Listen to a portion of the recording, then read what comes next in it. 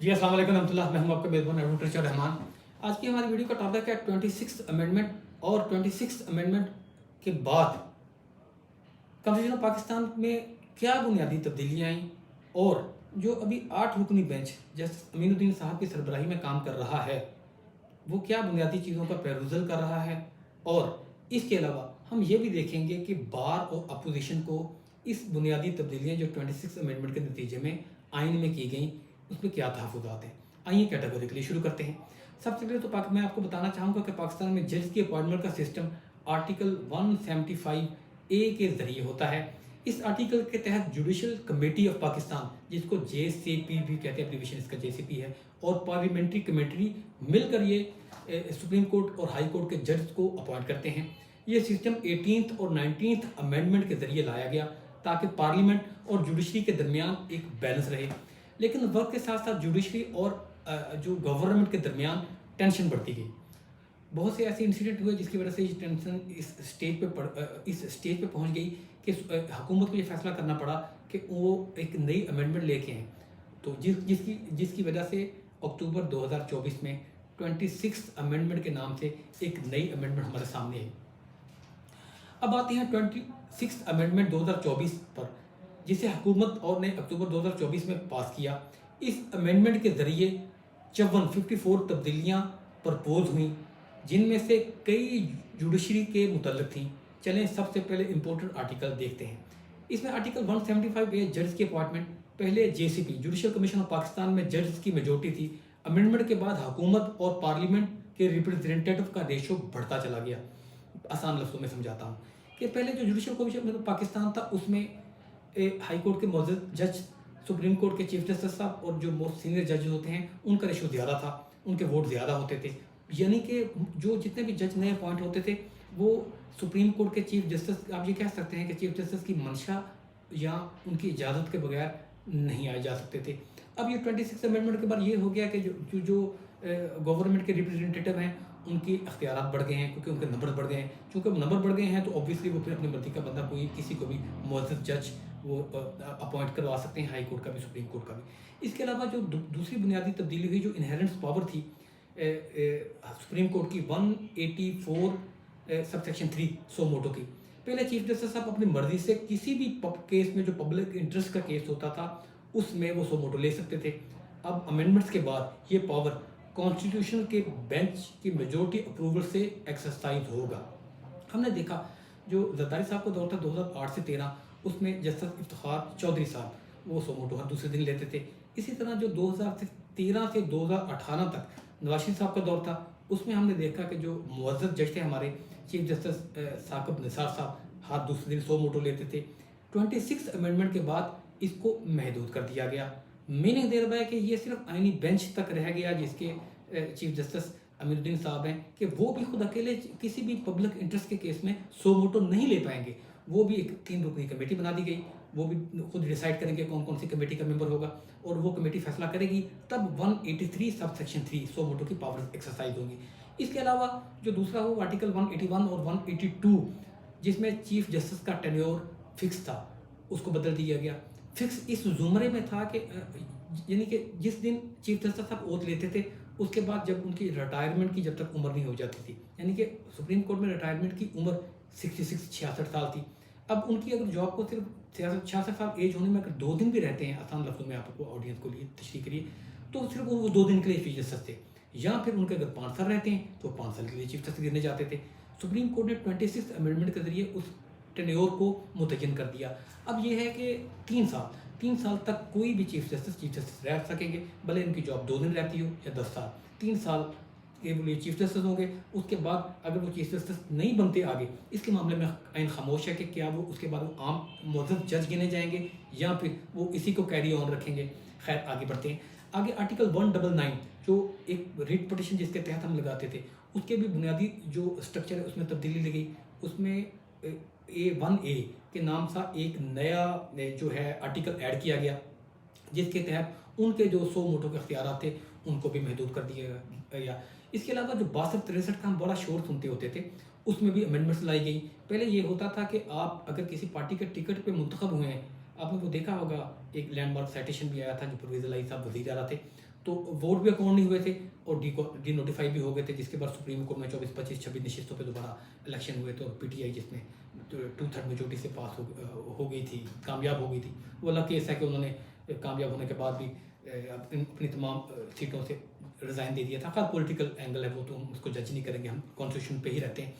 तो अभी 63 में अमेंडमेंट कर दी गई है। अब ये हो गया कि वोट आपका काउंट होगा। आप किसी भी पार्टी के टिकट पे आपने पार्टी पे आपने वोट लिए और उसके बाद आपने आके अगर पार्टी पॉलिसी पे के अगेंस्ट जाते हुए किसी और को भी वोट दे दिया, तो तब भी आपका वोट अकाउंट होगा। लेकिन आप पार्टी सरबराह के बिहाफ पे अगर वो एप्लीकेशन देंगे तो आपको डी नोटिफाई किया जा सकता है। उसमें कुछ फिर कॉन्स्टिट्यूशन ऑफ पाकिस्तान में कुछ होम्योपैथिक किस्म की अमेंडमेंट्स भी की गई, जिसमें एक आर्टिकल 9 जो कि बुनियादी हकूक़ के मुतल्लक था कि आप किसी को भी इनकारसरेट नहीं रख सकते, किसी को भी गैर मुतय्यन मुद्दत तक कैद नहीं रख सकते, लाइफ और लिबर्टी को लेकर था। उसमें अमेंडमेंट करके 9(1) ऐड किया गया जो कि एटमॉस्फेयर के मुतल्लक है, आई थिंक सो, एटमॉस्फेयर के मुतल्लक। इसके अलावा जो आर्टिकल 18 है जो प्रेसिडेंट की पावर्स हैं, इसको भी एडवाइस टू कैबिनेट, इसमें भी कुछ अमेंडमेंट्स की गई।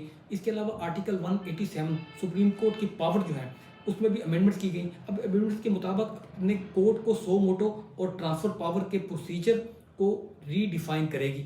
उसके बाद जो है जो पटिशन सुप्रीम कोर्ट हेयरिंग करती, यानी अब बात करते हैं सुप्रीम कोर्ट की हेयरिंग की। अब तक इस बारे में 36 जो है पटिशन फाइल हो चुकी हैं। लॉयर्स, बार काउंसिल और पॉलिटिकल ग्रुप्स सब ने चैलेंज किया हुआ है। उसमें जो चैलेंज किया हुआ है वो दो चीज़ें हैं बेसिक, कि क्या ये अमेंडमेंट जो बेसिक स्ट्रक्चर और डॉक्ट्राइन है कॉन्स्टिट्यूशन पाकिस्तान 1973 की, उसके अगेंस्ट तो नहीं। दूसरी ये चीज़ चैलेंज की हुई है कि क्या ये जुडिशरी की इंडिपेंडेंस को खतरा या नुकसान तो नहीं। सुप्रीम कोर्ट ने जो 8 मेंबर कॉन्स्टिट्यूशनल बेंच बनाया है जो इसको सुन रहा है, लेकिन एक बड़ा इशू ये भी है कि अमेंडमेंट ने बेंच फॉर्मेशन के रूल्स भी तब्दील कर दिए हैं। इसीलिए कुछ लोग कह रहे हैं कि ये बेंच खुद भी इस केस को नहीं सुन सकता क्योंकि कॉन्फ्लिक्ट ऑफ इंटरेस्ट के जुमरे में आता है। इसलिए डिमांड की जा रही है कि फुल कोर्ट बनाया जाए और तब इसकी हेयरिंग हो। अब ये देखें कि इस हेयरिंग की बुनियादी मकसद क्या है। सुप्रीम कोर्ट की हेयरिंग का असली मकसद डिसाइड करना है कि क्या पार्लियामेंट को जुडिशरी के स्ट्रक्चर में इतनी बड़ी तब्दीली करने का हक है। नंबर 2, क्या ये अमेंडमेंट कॉन्स्टिट्यूशन की बेसिक स्ट्रक्चर यानी कि सेपरेशन ऑफ पावर और इंडिपेंडेंस ऑफ जुडिशरी के खिलाफ है या नहीं। नंबर 3, उन्होंने डिसाइड करना है कि क्या चीफ जस्टिस और कोर्ट की पावर में तब्दीलियाँ जो हुई हैं, जो कॉन्स्टिट्यूशन में बुनियादी तब्दीलियाँ की गई हैं, वो लीगल है या इलीगल। सिंपल लफ्जों में कोर्ट डिसाइड करेगी कि ये अमेंडमेंट रहेगी या इनवैलिडेट कर दी जाएगी। अब ये दोनों जो हैं हुकूमत और जो अपोजिशन या बार जिन्होंने ये किए, उनके अपने अपने आर्गूमेंट्स हैं। अब हम ये देख लेते हैं कि पहले सबसे हम हुकूमत का मौक़िफ़ देखते हैं कि हुकूमत के आर्गूमेंट्स इस 26 अमेंडमेंट्स को लेकर क्या है, फैसला आपने करना है। उनका जो पहला मौक़िफ़ ये है कि ये अमेंडमेंट जुडिशरी को अकाउंटेबल और ट्रांसपेरेंट बनाती है। दूसरा उनका मौक़िफ़ ये है कि पार्लियामेंट सुप्रीम है, इसलिए उसे सिस्टम रिफॉर्म करने का इस्तेहकाक या हक हासिल है। तीसरा उनका जो आर्गूमेंट है कि जुडिशल पावर किसी एक शख्स, चाहे वो चीफ जस्टिस साहब हों या कोई और, के पास कॉन्सेंट्रेटेड नहीं होना चाहिए। अब इसी तरह जो बार है, जो अपोजिशन है, जिन्होंने ये 36 पटिशन दायर की हैं, उनके भी मैं 3 आर्गूमेंट्स आपके सामने रख देता हूँ। उनका पहला आर्गूमेंट ये है कि ये अमेंडमेंट जुडिशरी को एग्जेक्टिव के ज़ेरे असर कर देगी। फैसला आप करें कि वाकई इस तरह होगा। नंबर 2 उनका ये है कि ये कॉन्स्टिट्यूशन के आर्टिकल 175A और 184 सबसेक्शन 3 की असल मकसद के खिलाफ है। तीसरा आर्गूमेंट बार का, बेंच का, जिन्होंने ये और अपोजिशन का, जिन्होंने ये पिटिशन दायर की हैं, जितने भी पिटिशन है 36, उनका मौक़िफ़ ये है कि ये जुडिशियल इंडिपेंडेंस और सेपरेशन ऑफ पावर के खिलाफ है और उनको ये डैमेज करेगी। अब ये देखते हैं कि इसका पॉसिबल आउटकम क्या आ सकता है। अगर सुप्रीम कोर्ट ने 26 अमेंडमेंट को अनकॉन्स्टिट्यूशनल करार दे दिया तो नलीफाई हो जाएगी और पुराना जुडिशियल अपॉइंटमेंट और सो मोटो सिस्टम वापस आ जाएगा। लेकिन अगर कोर्ट्स ने इसे कॉन्स्टिट्यूशनल डिक्लेयर कर दिया तो जुडिशरी का पूरा system from chief justice appointment तक और सो मोटो की पावर तक और हाई कोर्ट की जो सो मोटो की पावर है वो नया रूप ले लेंगी। दोनों सूरतों में फैसला पाकिस्तान की जुडिशियल हिस्ट्री का एक लैंडमार्क डिसीजन होगा। तो ये थी आज की हमारी वीडियो। इस वीडियो बनाने का बुनियादी मकसद ये था कि ऑडियंस को एक चीज़ को दोबारा बताना कि 26 अमेंडमेंट हमारी क्या हुई थी और 26 अमेंडमेंट के नतीजे में जो आइन में बुनियादी तब्दीलियाँ की गई थी वो कौन कौन सी थी। और इसके अलावा बताना ये भी था कि हम रोज़ देखते हैं हेयरिंग टीवी पे, क्योंकि उसके कई सेशन लाइव भी आते हैं। आम ऑडियंस के माइंड में ये आता है कि ये पटिशन 36 की जो तादाद में लगाई गई हैं और 8 रुकनी बेंच अमीनुद्दीन साहब की जो सरबराही में काम कर रहा है, इसका मकसद क्या है बुनियादी, ये क्या चीज़ सुन रहा है। तो इसलिए मैंने आपको बता दिया, क्रक्स एंड पे फिर दोहरा दूँ कि जो 8 रुकनी बेंच है, इसने ये बात तय करनी है कि क्या जो 26th अमेंडमेंट हुई थी वो कानूनी थी या गैर कानूनी। और इसमें जो अपोजिशन और जो भी उस दिन जुबैरी साहब के भी काफ़ी लंबे आर्गूमेंट थे और मुनीर मलिक साहब के आर्गूमेंट भी मैंने सुने और आप लोगों ने भी सुने होंगे।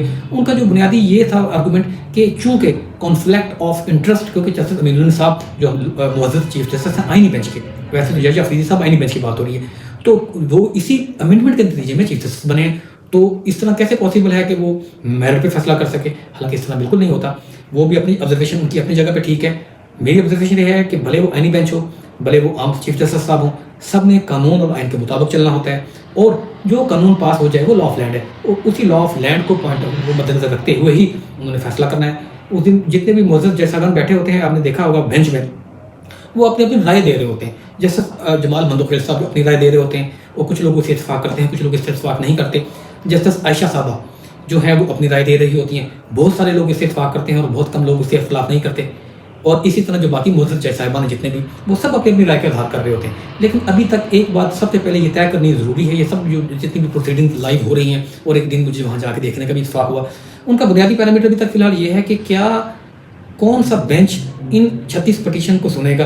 अभी तक ये ही तय होना बाकी है कि आया कि ये कॉन्स्टिट्यूशन पाकिस्तान में 26 अमेंडमेंट के बाद जो 8 रुकनी बेंच बना है वो इन पटिशन को सुन सकता है कि नहीं सुन सकता।